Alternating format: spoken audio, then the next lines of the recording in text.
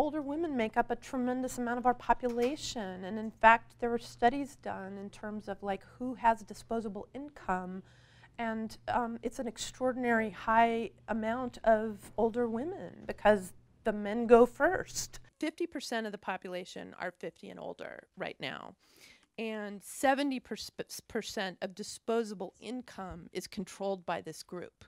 So in the next 20 years, the group who stands to inherit $50 trillion is women.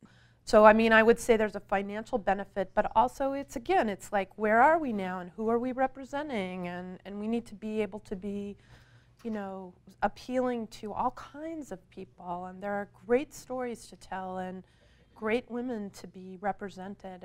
And I think we become more simplistic in our portrayals of women of a certain age, as opposed to being willing to look at the nuance and the complication of it. Things like the women and their relationship to technology became important because that's what we're all dealing with, and who has ease with it and who doesn't. And so it's kind of a combination of, I think the idea was to not burden them with only stories about age and aging, because obviously there's a lot more fun to be had, in addition to some of that kind of the challenges. But I think it's also just trying to to capture that sense of what's really relevant right now and what's on our minds and what's going to crackle with an audience.